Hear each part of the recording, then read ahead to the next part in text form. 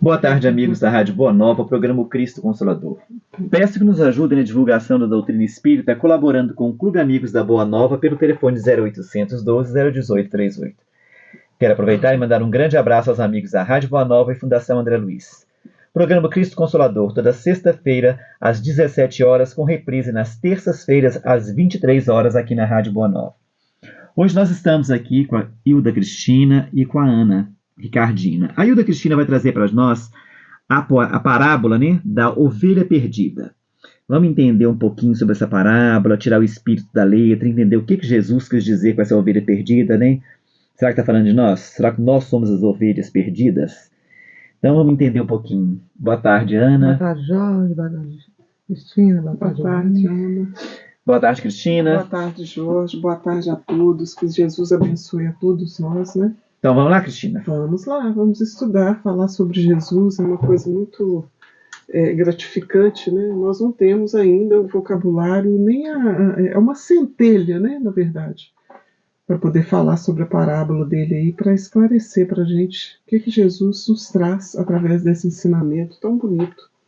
E essa parábola, ela trata principalmente da misericórdia divina, né, Jorge? Progresso espiritual, e qualquer espírito que em processo de aprendizado, ele desvirtua do caminho, né? Em algum momento ele se afasta ali e às vezes transfere-se do bem para o mal, né? A sabedoria do mestre usa a ovelha como didática, porque na ocasião em que Jesus esteve na terra era muito comum os rebanhos, né? Então ele aproveita as oportunidades todas para lançar as parábolas para a gente. E uma curiosidade é que no mesmo dia em que ele citou a parábola da ovelha perdida, ele colocou também a parábola da dracma perdida e a do filho pródigo. E elas expressam, todas elas, essa trilogia de parábolas, expressa especificamente a misericórdia, né, de Deus, do Pai para conosco, né? Então vamos ler a passagem de Mateus, no capítulo 17, versículo 12 a 14, parábola da ovelha perdida. Que vos parece? Se um homem tem 100 ovelhas e uma delas se extravia, não deixa as 99 e vai aos montes procurar a que se extraviou? E se acontecer achá-la, em verdade vos digo que se regozija mais por causa desta do que pelas 99 que não se extraviaram. Assim não é da vontade do vosso Pai que está nos céus que pereça nenhum desses pequeninos. Então nós já percebemos aí de pronto que o Criador ele não quer que escape desse rebanho nenhuma ovelha sequer, né? Essas ovelhas a qual ele se refere, Jesus cita aí, somos todos nós, né? A ovelha perdida, ela representa o ser humano perdido, não é, Jorge? Isso. E Jesus é a imagem do bom pastor, né? O nosso mestre aí, que Deus colocou como governador da terra, para poder juntar todo o rebanho, né? Todas as ovelhas perdidas ali em um só rebanho. E Jesus valoriza mais o arrependimento do que as aparências, né? Então essa parábola mostra que Deus também ama os pecadores, não é somente os justos, os bons, né? Os maus, os injustos também fazem parte aí da misericórdia de Deus, né? E de Jesus. E Jesus contou essa história para mostrar que aqueles que estão no caminho do mal, dos vícios, também os que não perdoam, os intolerantes, os orgulhosos, os egoístas, os maledicentes, todos eles, nenhum ficará perdido, né, nem condenado aí quando desencarnarem. Porque na misericórdia divina, ele fornece para a gente aí a bênção da reencarnação, né? Nós vamos poder reencarnar quantas vezes forem necessárias, até que nós nos tornemos aquela ovelha ali para fazer parte do rebanho, né, do bom pastor. Enquanto isso, nós vamos aí, através das encarnações, aprimorando, né, adquirindo a evolução, aprendizado, progresso, né, para a gente poder alcançar esse rebanho aí e deixarmos de ser ovelhas perdidas, né? É isso mesmo, Ana? Sim. Então, nós também podemos nos colocar como pastores do nosso próximo. Olha que interessante.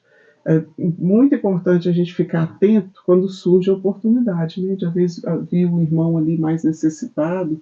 Nós também, mesmo com as nossas limitações, deficiências, nós temos que nos tornar ali pastor dessas ovelhas, às vezes mais perdidas ainda do que nós, né? Porque tem a ovelha perdida e a perdida da perdida, né, Jorge? Verdade.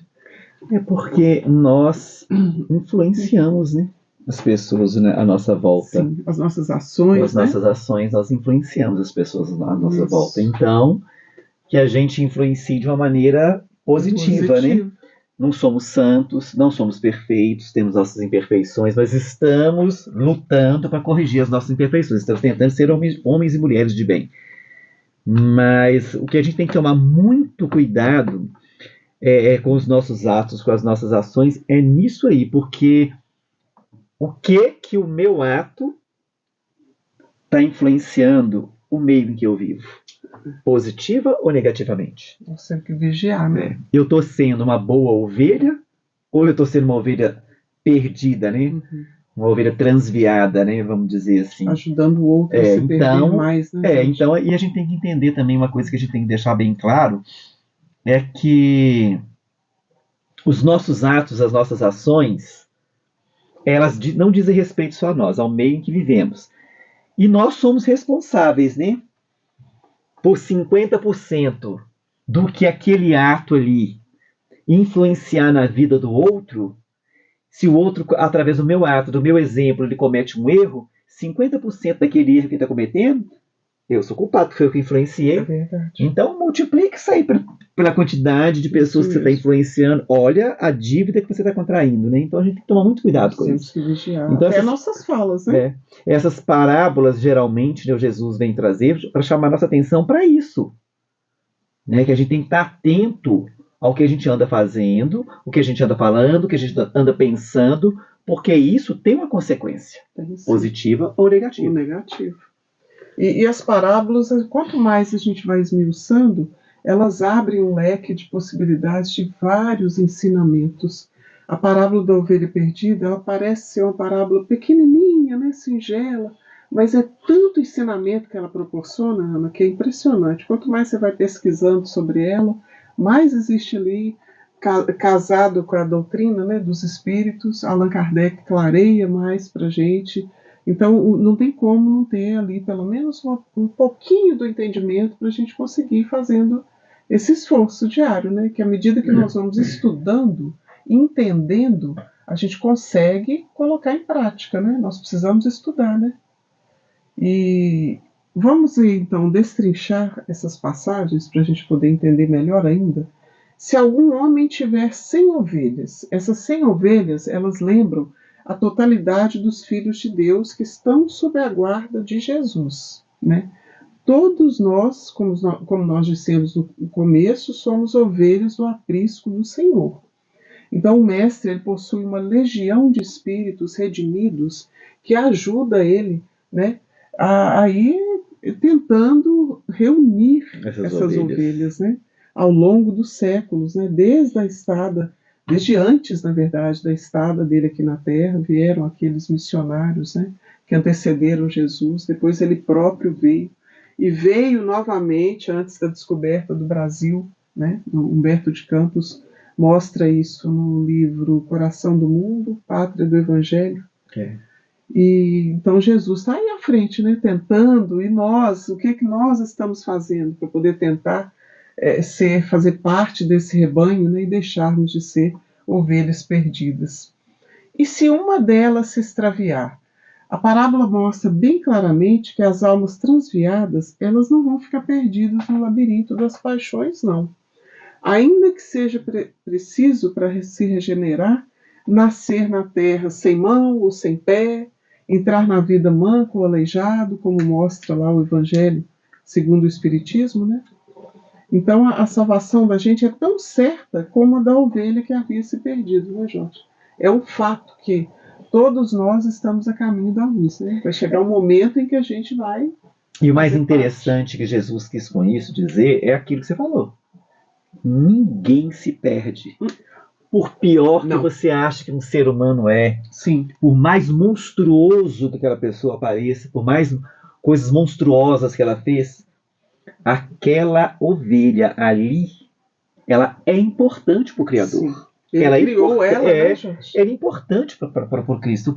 E ele quer dizer com isso? Ele não está condenado ao inferno a vida Não. inteira, né, ao purgatório. Nem mesmo Não. os nossos irmãos suicidas. Ele está ali naquele momento, assim, mas ele vai chegar um momento em que ele vai ter consciência do que ele está fazendo e ele vai querer se redimir, ele vai Sim. voltar a fazer parte do rebanho. Isso. Por enquanto, ele se excluiu, não foi excluído, porque ele se excluiu do rebanho.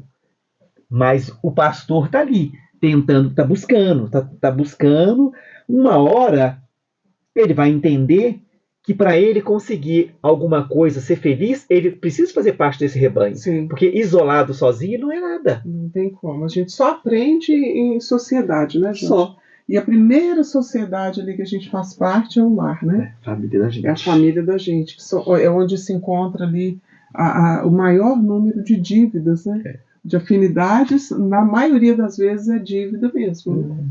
É onde nós temos que vencer ali. Não adianta nós saltarmos essa oportunidade e irmos lá fora fazer a caridade se nós não conseguirmos exercer a caridade, a compaixão, a tolerância, a paciência dentro do lar. Né? E por que uma ovelha se desgarrou? Será que é porque o bom pastor não soube cuidar dessa ovelha como devia? A ovelha desgarrada, ela representa o espírito em sofrimento ou que se afastou do bem pela ignorância, né? Pelo orgulho, pela imperfeição, simboliza o percentual de que, de algum modo, se distanciou da verdade aquele ser ali, né? Do amor de Jesus. Ele ainda não compreendeu as leis divinas. Tem uns que compreendem, mas não querem fazer esforços, né? Eles querem permanecer ali no mesmo patamar. Né, porque fazer esforço, lutar não é fácil. Quando a gente resolve ser um discípulo de perto de Jesus, cumprir ali, seguir, né, as exemplificações do Mestre nas suas devidas proporções, né, que a gente está muito distante de Jesus, então as coisas dificultam. Né? Nós conseguimos saber que estamos ali numa conduta cristã à medida que vai tendo todas aquelas dificuldades, né, aqueles tropeços ali, toda a perseguição, calúnias, maledicências. Então nós temos ali o entendimento que a gente está no caminho reto. Da consciência nós sabemos disso ou não, né, Jorge? Com certeza. Porque um seguidor do Cristo, ele tende a passar por coisas semelhantes, né, ao que Jesus passou, né? Então o homem é o caçador dos seus próprios sofrimentos, né? Com A gente entende isso nessa passagem, porque nós temos a liberdade de escolher. Deus deu para a gente o livre-arbítrio, né? E na questão 843 do Livro dos Espíritos, codificado por Allan Kardec, o Kardec pergunta para os espíritos assim: tem o homem o livre-arbítrio de seus atos? Os espíritos respondem para o Allan Kardec: pois que tem a liberdade de pensar, eles têm igualmente a de trabalhar, a de obrar, né? Sem o livre-arbítrio, o homem seria uma máquina, né? Ou seja, né, todo ser humano, todo homem tem o livre-arbítrio. O livre-arbítrio é soberano, é a capacidade de fazer escolhas. Nós temos que ali saber escolher entre o bem e o mal. E como é que a gente vai saber isso? Né? Toda escolha voltada para o bem, ela está de acordo com as leis divinas. E as que são voltadas para o mal estão em desacordo com as leis de Deus, né, Jorge? Então não tem dificuldade da gente entender, por menor que seja ali às vezes a inteligência do indivíduo, né, por mais limitações que tenha, tem como a gente saber o que faz parte da lei divina e o que não faz parte, né, Jorge? Nós sabemos que cada um de nós passa por momentos aflitivos, nos quais o livre-arbítrio às vezes parece incapaz de escolher, né? Tem momentos que a gente está com tanta aflição que a gente tem aquela dificuldade de fazer essa escolha. O que nós podemos fazer nesse momento? Uma prece, né? Orar, pedir ali uma intuição, né? Entrar em sintonia com o alto, não é? A gente tem que buscar, né, nesses momentos, sim, buscar a ajuda do alto. Então a gente tem que se conectar. Se conectar. Para conectar, você tem que estar em paz, isso, primeiro com você. Depois, com um meio à sua volta. E como é que você vai conseguir isso? Parece Isso mesmo. uma boa leitura, Isso. uma mensagem que possa te edificar, que vai te ajudar. As palavras da vida eterna, né? Jorge, Vai que te Deus ajudar põe pra gente. naquela hora. Então, assim, a melhor maneira. Eu costumo dizer que, diante de situações difíceis, vamos usar o copinho d'água do Chico Xavier. Porque, gente, quando a gente abre a nossa boca, a gente não pensa. A gente solta tudo. E depois que a gente solta tudo, é que a gente vai ver o que nós soltamos. Aí o que acontece? Cadê a humildade de pedir desculpa? Porque as De pedir palavras têm perdão. poder, né, gente? Não tem então, o que é melhor? Não fala não, enche a boca de água, acalma. Eu sempre falo, nunca responda, nunca faça nada de cabeça quente que você vai meter os pés pelas mãos.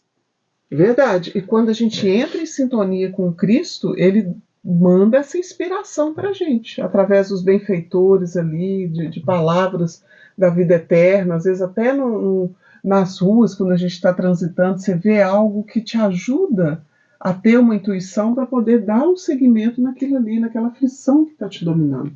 Né? Então nós temos que saber ter essa sintonia, né? No capítulo 15 do Evangelho segundo o Espiritismo, no item 10, o Allan Kardec ele orienta que fora da caridade não há salvação. Então ele fala que se a gente submeter todas as nossas ações ao governo da caridade e a consciência, ela vai nos responder. Não só vai evitar que pratiquemos o mal, como também fará que pratiquemos o bem. Então, segundo Allan Kardec, se nós focarmos tudo aí no lema da caridade, fora da caridade não há salvação, que é o lema da doutrina espírita, né, Jorge? Nós não vamos ter nenhum problema, nenhuma dificuldade, né, em saber ali a luminosa coluna que guia o homem no deserto da vida. Né? É engraçado que quando a gente fala caridade, as pessoas acham que é só caridade visual, né? Não. A caridade moral, principalmente. Muitas vezes a caridade é com a gente mesmo. Também. Começar aí. Para a gente conseguir fazer isso tudo aí, isso mesmo. Tudo, primeiro a caridade tem que ser conosco. Porque o Emmanuel diz no livro, eu não lembro mais o nome, eu sou péssimo de guardar nome de livro, que nós trazemos dentro da gente cacos, lixos. Isso mesmo. Ele fala no Fonte Viva. Isso, Fonte Viva. Ele fala sobre isso, eu acho interessante quando ele falou isso, que a gente começa a nos conhecer quando o Emmanuel fala isso, porque muitas vezes é difícil. Na teoria, Jesus sabia disso, ele tinha teoria, mas ele sabia que era difícil. Tanto né? Ele sabe essas limitações. Ele conhece a gente, né? E que quando aí a gente tem que ter essa coragem e essa caridade conosco mesmo, por quê? Porque muitas vezes, como o Jorge falou, a gente erra, a gente se martiriza. Sim, você fica ele fala nesse livro autopunindo, né, Ana? Que a culpa faz com que o umbral se lote mais ainda. Isso, eles atuam em cima dessa culpa nossa, né? E a gente e nós mesmos culpamos tanto que nos tornamos. Isso é essa ovelha perdida. É verdade. No plano espiritual, isso acredita? Mesmo, Ana. Isso no plano espiritual nos tornamos a ovelha perdida. A gente estaciona, fica ali remoendo esse passado, remoendo essa culpa. Por que eu fiz isso? Ou por que eu deixei de fazer aquilo? Não, a gente tem que colocar no entendimento que é daqui para frente. Que passou, passou. Deus não dá a oportunidade da reencarnação, quantas forem necessárias. Ele vai sempre nos dar a oportunidade, porque é um pai bom e justo. Porque quando eu brinco com o Jorge, eu falo muitas vezes aqui assim, quando eu desencarnar, eu vou chegar lá de pé.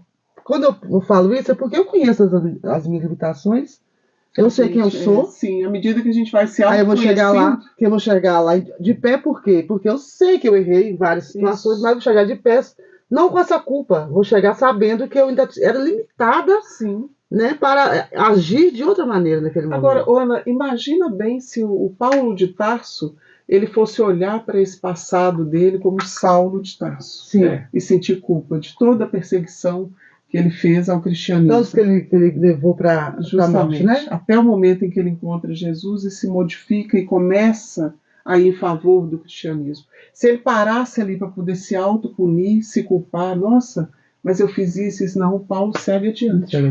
É o que nós temos que fazer. Queres que eu faça? Não é? Queres que eu faça. Esse é o convite que o Espiritismo nos traz e também Cristo também né, tenta sempre está tentando. Cada dia que a gente lê uma passagem, a gente vê que ele está tentando nos mostrar Em cada palavra que ele disse naquela época, diz até hoje no coração da gente, é isso, pra gente não desistir nunca. Nunca. Nós A gente temos cair, sempre levantar que mesmo. prosseguir. Emmanuel fala isso, caia, levante. Todos os escritores falam isso, todos os espíritos que mandam mensagem, levanta, erga-te, como Jesus fez com Pedro. Já pensou? Pedro que fez com Jesus? Negou. Já pensou? 3 vezes, né? Eu acho pior, eu achei que o Pedro foi pior, porque ele olhou, porque tem uma passagem que faz, se você ler depois, tal, quando ele está preso, o olhar que ele me lançou, o olhar de Jesus, aquilo me matou por dentro. O olhar de amor, de entender, de compreensão, de compaixão, de misericórdia. Sabe que aí ele deve ter, naquele momento ele deve ter sentido isso, entendeu? Aquele fogo assim de culpa. Aí por isso que ele se enterrou mais ainda. Por isso que Jesus teve que ir até Pedro. Falar, Pedro, eu já sabia que eu não falei que você ia fazer, você fez. Já sabia, o Jesus já sabia de tudo. O segmento seria aquele mesmo, né? E ele sabe da gente. Essa parte também, ele fala pra gente. Ele sabe da nossa limitação, ele sabe que a gente vai errar. Ele conhece o coração de todos nós. Sim, ele sabe. Tanto é que fala, não cai uma folha se ele não queira, se Deus não queira. Jesus usava muito isso também. Calma. Né? Nós é que precisamos acreditar mais em nós e caminhar. Não sei. Naquela parte também da tempestade, ele está tentando dizer isso pra gente. Calma. A pouca fé, né? Nós precisamos ter fé. Então nós colocamos aqui alguns motivos de nos perdermos do nosso pastor durante as nossas encarnações. O mau uso do livre-arbítrio são as escolhas contrárias à lei divina, né? Então, quando a gente faz esse mau uso do livre-arbítrio aí, escolhe o que está contrário às leis de Deus ali, a gente vai se afastando, né, do nosso bom pastor. A influência das imperfeições morais, orgulho, egoísmo, vaidade, influência de espíritos ainda imperfeitos, né? A Ana está falando aí, eles se aproveitam desse momento, dessas falhas, essas fraquezas nossas e atuam ali. Então essa influência acaba fortalecendo o fato aí da gente acabar se perdendo, né, do pastor, né? O pastor está ali procurando a ovelha, não é assim que o pastor fica quando a ovelha se perde? Conhece elas pelo nome, chama a ovelhinha tal e tal, e vai procurando, tentando reunir todas. Jesus está tentando nos reunir. Nessa parábola também, eu vi uma vez uma foto, uma imagem, que eu fiquei encantada assim, gente, quem desenhou ficou as ovelhas negras, pretas, né? E uma branca. A branca se perdeu. Por quê? Eu fiquei imaginando assim, tanta coisa a gente vê assim, eu fiquei imaginando assim, porque ela se sentiu diferente. Porque é assim que muitos se sentem. Quem está nosso problema hoje na intimidade, aí, da sofrimento, né, nessa tristeza, suicídio, fala sobre muito isso também. É o diferente, ela se sente perdida neste meio. Entende? A psicologia já fala que normal é ser diferente. Então é bem interessante essa frase que os psicólogos usam, porque se o diferente, né, aquele que se sente diferente, olhar por esse ângulo, então a gente vai ver que a normalidade está na diferença mesmo. Para a gente poder ter mais força para poder caminhar, né? Não ficar se atentando tanto para essa diferença, né? Porque Jesus também era diferente de todos que estavam na Terra, inclusive, né? Desde criancinha, né? Ele era um menininho diferente. As pessoas acham que quem comete esse ato é porque ele era fraco? Não é questão que ele era fraco. Eu acho que a pessoa, quando comete esse ato, já está no limite da sua fortaleza, entendeu?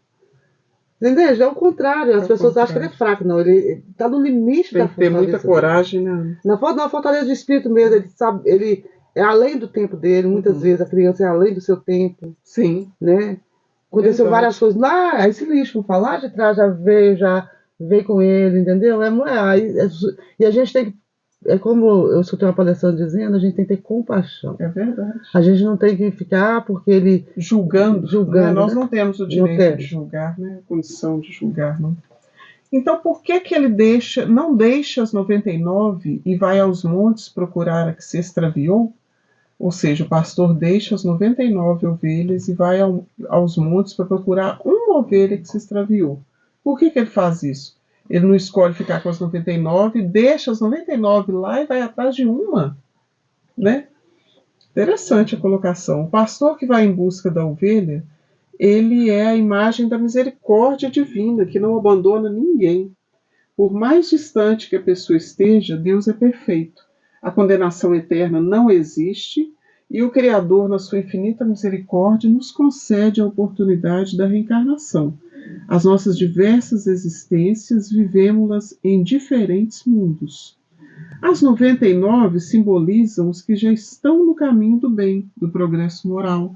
Então, eles não precisam de tanta preocupação, porque eles já estão ali com o entendimento, né, estão dentro do caminho do bem. Então, se deixar essas 99 ali, elas não vão se perder. Elas vão continuar Elas lá. vão continuar lá. Né? Agora, essa uma ovelha que já está extraviada, já está perdida, ela vai se perder mais ainda, né, Jorge? Então, ela precisa de uma atenção, né? Para poder se encontrar ali, né? Então, os meios de ajudar a ovelha perdida a retornar ao caminho do bem é tendo caridade, paciência, amor. É um processo de aprendizado que envolve reencarnações e oportunidades de evolução. Jesus ensina que o verdadeiro bom pastor é aquele que acolhe, levanta e orienta. Então, a gente cita aí mais uma vez que envolve reencarnações. Uma ovelha ela não é reencontrada em uma encarnação só, né, Jorge? Com Ela certeza. passa ali pela encarnação. Às vezes o processo lá no plano espiritual, muitas vezes regiões umbralinas, né? A pessoa passa por todo um processo aí reencarnatório, trocando de roupagem, né? Hoje eu sou João, amanhã eu vou ser Maria. Justamente. A gente sabe que o nosso corpo é uma veste. Em cada reencarnação que temos, nós temos uma outra roupagem física. Sim. Acumulamos o nosso aprendizado, não é? Nada se perde, tudo se transforma. Sim. Por que para que a ovelha retorne ao caminho do bem envolve reencarnações? O erro faz parte do aprendizado. O sofrimento é consequência educativa. O espírito evolui através das reencarnações.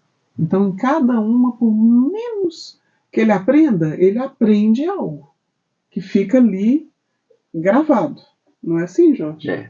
Aí vai acumulando para as próximas. Né? O ideal é que nós façamos esforços para a gente aproveitar o momento e aprender o máximo possível. Né?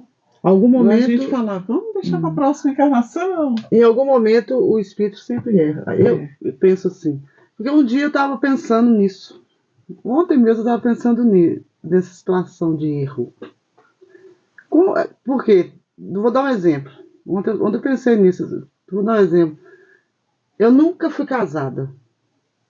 Nunca fui traída pelo meu marido. Porque eu não tive marido. Aí você chega perto de mim e pede um conselho. Como que eu vou te dar esse conselho? Se eu nunca passei por isso. Verdade. Você pode passar esse conselho pautado em alguma leitura educativa, não na sua própria vivência. Sua opinião.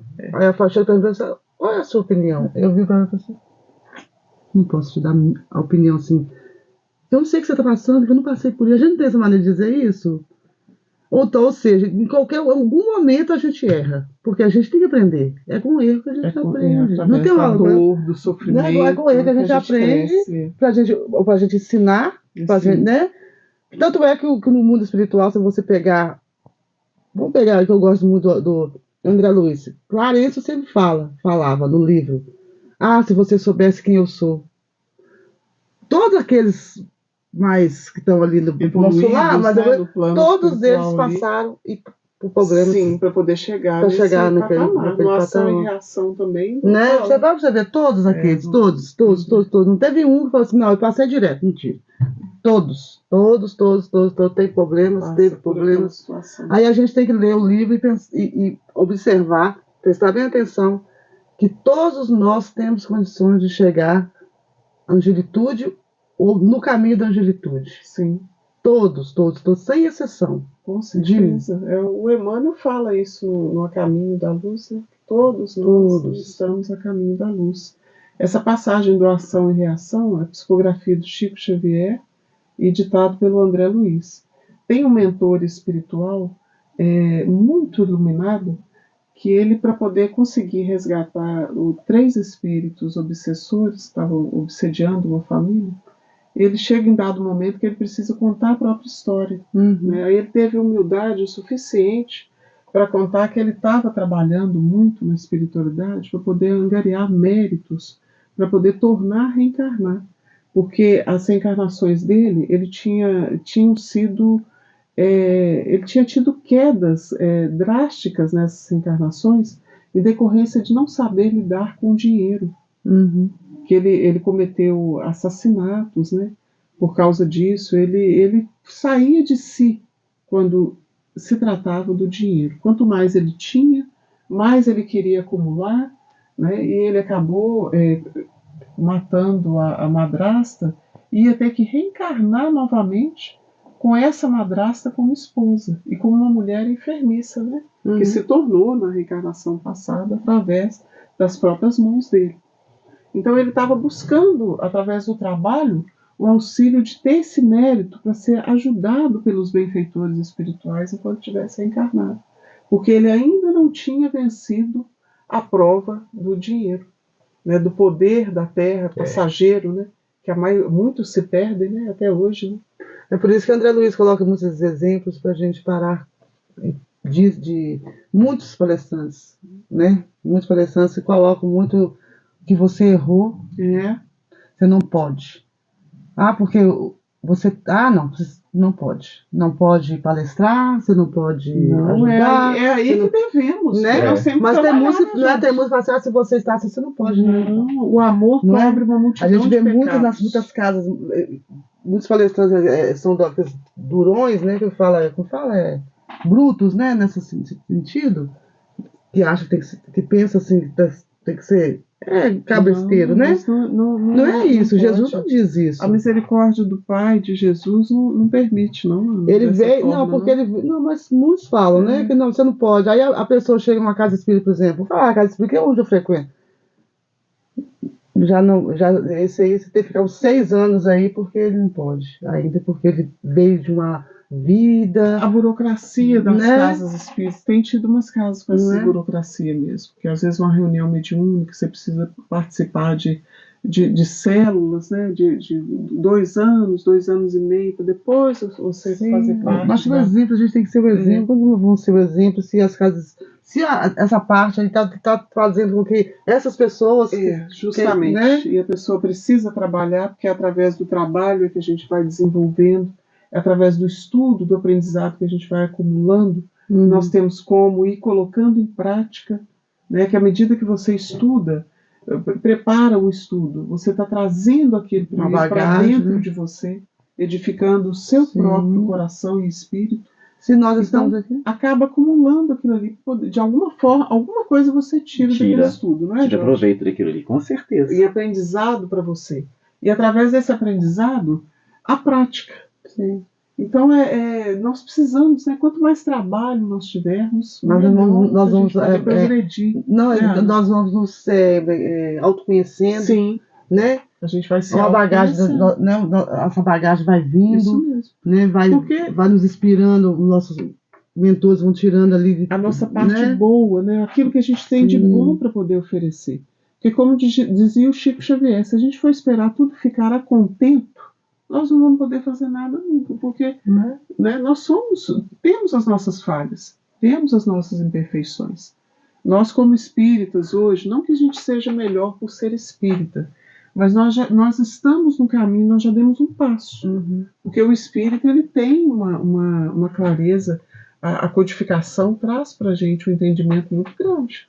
Com certeza. A gente tem que dar exemplo de que se não querem estudar o Evangelho Espírita, nada disso. Isso. Estudem os apóstolos. Isso aí. Vai no Livro dos Espíritos, aquela quantidade de perguntas, né? São mil e poucas perguntas, né, Jorge? Estudem os apóstolos de Jesus. Quem ele escolheu para... Quem foi os homens que ele escolheu? Para ver quem eram eles, para ele saber que nada é impossível. É verdade. O Richard Simonetti, até a gente está falando aí do Livro dos Espíritos, e lembrando aqui que no livro Para Rir e Refletir, o Richard fala assim, que se você estivesse na vida espiritual prestes a reencarnar, neste vale de lágrimas, que é a terra, né? E lhe fosse concedido trazer um livro, no que você pensaria? Você optaria por um manual que ajudasse a sobreviver dentro da integridade dos projetos que certamente fez? Quais são os projetos que a gente planejou antes de reencarnar? Disciplinar emoções, reforma íntima, exercício da caridade, reconciliar com os desafetos, consolidar os laços afetivos, resgate dos débitos kármicos. Quando a gente estava lá prestes para reencarnar, nós oferecemos isso tudo. Nossa, eu vou reconciliar com os desafetos, eu vou disciplinar as minhas emoções, eu vou. Então, ele fala, né? Para isso, nós vamos precisar de um livro. Né? Na hora da reencarnação lá, nós vamos planejar a nossa reencarnação, oferecendo tudo isso. Qual o livro que a gente escolheria? Né? Um manual ali que ajudasse a sobreviver. Então, o livro, o abençoado manual de sobrevivência, o roteiro seguro para cumprimento dos sagrados objetivos que nos trazem para a vida física, esse livro existe, esse roteiro. Então, segundo Richard Simonetti, o Livro dos Espíritos, a gente tem aí na Terra a seara que nós planejamos no além. E nós vamos ter no além as bênçãos semeadas na Terra, com o Livro dos Espíritos. E a Cristina falou, né? São 1018 questões que ele tem. Uhum. Muito bem, Jorge. 1018 perguntas e respostas. Justamente. Que tudo que você quiser saber está lá no Livro dos Espíritos. Pode ir lá, todas as suas dúvidas está lá no Livro dos Espíritos. Pode olhar que está lá. E na forma de perguntas e respostas isso traz uma facilidade para o entendimento. A doutrina espírita tem isso, né, gente? Consolador, tem muitos livros de perguntas e respostas que ajudam tanto a gente. É verdade. E olha o que o Emmanuel fala para nós no livro O Caminho da Luz. Psicografia do Chico Xavier, como nós já falamos. Todos nós somos um imenso rebanho desgarrado. Tudo que Jesus vivenciou foi por nós. E que desde o momento em que o nosso Mestre Jesus ofereceu a sua vida, ele viu nascer uma posteridade e que os interesses de Deus, eles hão de prosperar nas suas mãos. Caminho, verdade e vida. Foi a própria direção que Jesus deu, né? Eu sou o caminho, a verdade e a vida. A direção da terra está nas mãos misericordiosas e grandiosas do Cordeiro. Então não tem como escapar desse bom pastor, né? No bom sentido, ainda bem, né, Jorge? E é como ele disse, onde né? A gente quer estar, né? Eu sou o caminho, a verdade e a vida. Sim. Ninguém vai ao Pai senão por mim. Então, gente, não existe outro caminho a seguir. Não existe outro para a gente seguir que não seja Jesus. Não. Não tem como. Se nos conectarmos a Ele, né, Jorge? Criarmos uma intimidade, laços ali com Jesus, mentalizarmos Ele durante o nosso dia, tentarmos estar em sintonia com Jesus, nós vamos conseguir traçando a nossa jornada ali, com cautela, dia após dia. E assim, eu acho que é o que eu costumo dizer. O caminho é Jesus. Sim. Então, se eu tiver fora desse caminho, eu estou perdido. Verdade. A única maneira que eu tenho é voltar para esse caminho. Quem está lá conduzindo? Quem é o pastor? O nosso mestre. E Deus, ele criou a alma para torná-la feliz, né, Jorge? Mas a alma alcança a felicidade pelo seu próprio mérito. Né? Adquirido o mérito, ele não pode perder o fruto jamais, né? Essa passagem está no céu e no inferno. Ele deu uma receita, né? Jesus deu uma receita muito interessante. Quando foi perguntar como farei, o que eu tenho que fazer para alcançar o reino eterno, né? Ele fará amar a Deus sobre todas as coisas e ao próximo como a ti mesmo. Só isso, fazeis isso. Nós conseguimos fazer isso, nós já estamos assim. Top de linha. Exatamente. Mas é amor próximo, porque se você perceber, as pessoas acham que a gente tem muita coisa para fazer. Ama tua mãe, ama teu pai, ama teu irmão, ama teu amigo, ama teu vizinho. Isso. É o amor fraternal, é a lei de amor. É isso aí que já te leva, já tá te levando pra frente, né? É isso que a gente tem que Nós pensar. já estamos aí praticando a caridade, a caridade moral, né? Bom, meus amigos, nós chegamos ao final do nosso programa. Quero agradecer aqui a Cristina pelos esclarecimentos, Nós pelo, que agradecemos. pelo retorno, né? Foi muito bom ter você de volta. E eu que eu diga, nossa, é uma bênção muito grande, é uma misericórdia, né? Divina permitir que a gente esteja aqui hoje. Agradecer a Ana pela Jorge, participação. Programa Cristo Consolador, todas as sextas-feiras às 17 horas, com reprise na terça-feira às 23 horas. Fiquem todos com Deus. Obrigado pela audiência. E agora vem aí o nosso momento de prece com Cássia e Cléia Rezende.